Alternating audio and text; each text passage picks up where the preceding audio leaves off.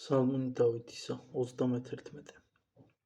ნეტარ არიან, რომელთა მიეტყვნეს უსჯულოებანი და რომელთა დაეფარნეს ცოდვანი.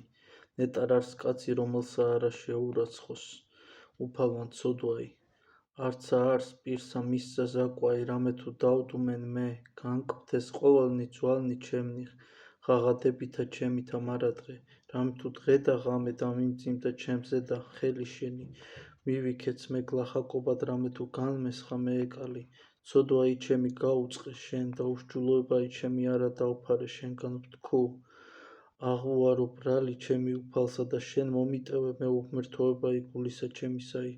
ამისთვის ილოცვიდეს შენ და მიყოველი წმინდაი ჟამსა შემწყნარებისასა, ხოლო ჟღუნაი წყალთა მრავალთაი მას არა მიეახლოს. შენ ხარ შესავედრებელი ჩემი ჭირისაგან, რომელი გარემო მადგეს მე. სიხარულო ჩემო მიხსენ მე მათგან, რომელთა გარემო უცალ მე.